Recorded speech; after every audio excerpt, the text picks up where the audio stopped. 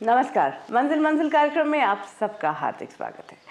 कभी आपने सोचा साथियों कि प्रकृति का जो खूबसूरत गहना बसंत की ऋतु हमें मिलती है वो इतनी छोटी क्यों होती है?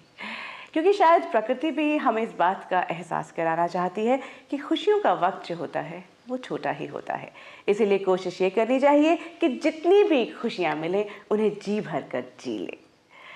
मंजिल मंजिल कार्यक्रम में हर हफ्ते हम तलाशते हैं एक नई मंजिल को।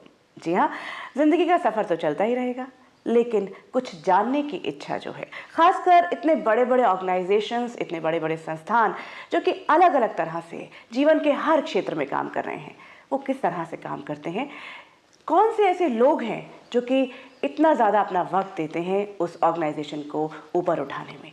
ये सब बातें हैं जो कि हमारा मन चाहता है कि हम उनके बारे में जानें। और देखिए, मंजिल मंजिल के ज़रिए हम हर हफ्ते एक नए संस्थान के बारे में जानने की कोशिश करते हैं।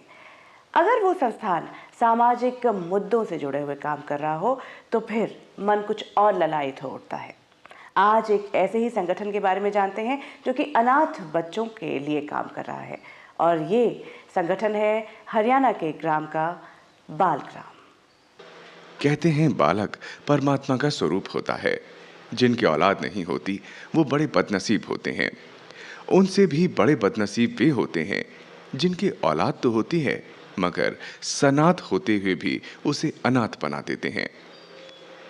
जानते हैं ये बच्चा कहाँ मिला?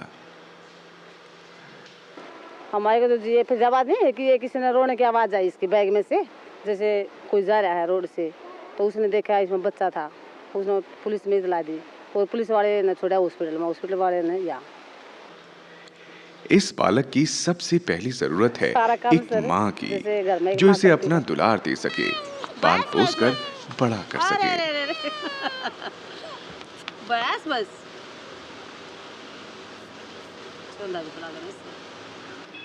सोनीपत हरियाणा में राय स्थित बाल ग्राम अनाथ बेसहारा बच्चों को सहारा देता है।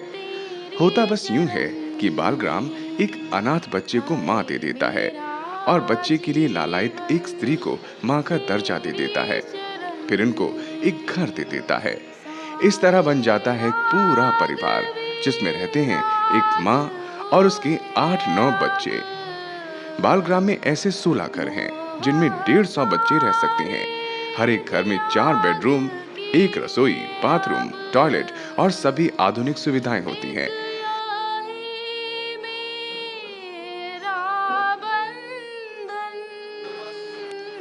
बालग्राम राय संस्था के अध्यक्ष हरियाणा राज्य के मुख्यमंत्री हैं। मन की बात मुंह पर आ ही जाती है। ये बच्ची भी यहीं पल पोस कर बड़ी हुई है।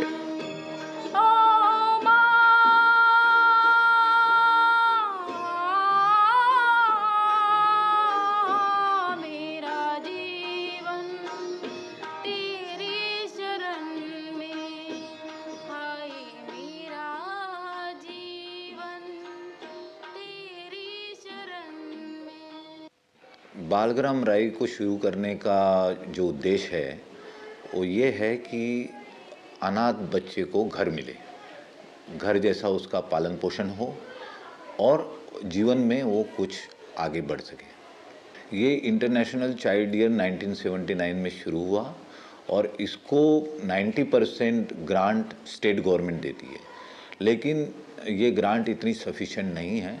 इसलिए हमें और सोर्सेज से, जैसे रोटरी क्लब गार्डन सिटी है, सोनीपत के भी रोटरी क्लब हैं, लायंस क्लब हैं, या और जितनी भी इस तरह की इंस्टीट्यूशंस हैं उनसे हमें हेल्प लेनी पड़ती है। 1999 में हम लोग यहाँ पर आए थे। यहाँ पर ये देखा कि बच्चों की न्यूट्रिशन के लिए बहुत सप्लीमेंट की ज़रूरत थी, तो हमने वो सप्लीमेंटेशन ऑफ न्यूट्रिशन का सारा अरेंजमेंट यहाँ किया हमारे क्लब की तरफ से। और बच्चे स्कूल जैसे जाते थे, उनकी जो भी डिफ़िकल्टीज़ थी, एजुकेशनल डिफ़िकल्टीज़, किसी को होमवर्क या और भी केयर करना बच्चों का कि घर के आके अच्छी तरह से काम होमवर्क वगैरह कर पाएँ, उसके लिए फिर हमने इनके टीचर्स का प्रोविज़न किया। और टाइम टू टाइम हम लोग यहाँ इनसे इंटरेक्ट करते रहते हैं, जो भी इनकी डेफिशिएंसीज होती है उनको हम मीट करने की कोशिश करते हैं।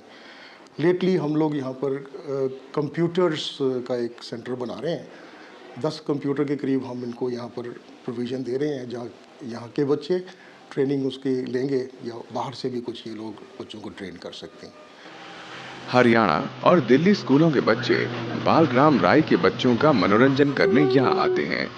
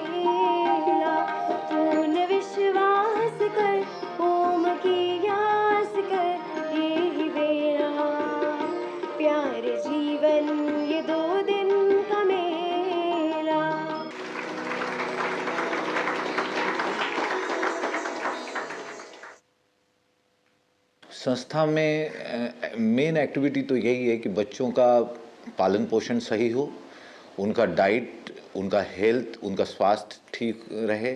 उसके लिए जो भी हमें करना होता है, जैसे वैक्सीनेशन है बच्चों का, रेगुलर उनका मेडिकल चेकअप होता है, उनको आयरन फॉलिक की जो गोलियां जो खून की डेफिशिएंसी जिनमें होती है उनको भी हम देते हैं। और इसके अलावा हम ये भी देखते हैं कि बच्चे हेल्थ गेन कर रहे हैं नहीं कर रहे हैं। उसके अलावा दूसरी एक्टिविटी ये है कि उनका एजुकेशन ठीक हो रहा है कि नहीं। उसके लिए हम डिफरेंट स्कूल में जा कर के उनके जो प्रिंसिपल हैं उनसे मिलते हैं और ये उनको बताते हैं कि भाई हमारे बच्चे जो हैं इस तरीके से हमारे संस्था में आते हैं और इन बच्चों के लिए हम चाहते हैं कि अच्छे से अच्छा इनका एजुकेशन हो और इसलिए हम आपके स्कूल में जो पब्लिक स्कूल है उसमें इनको दाखिल कराना चाहते हैं। बालग्राम के बच्चों का रहन सहन सब तरह से अच्छा है।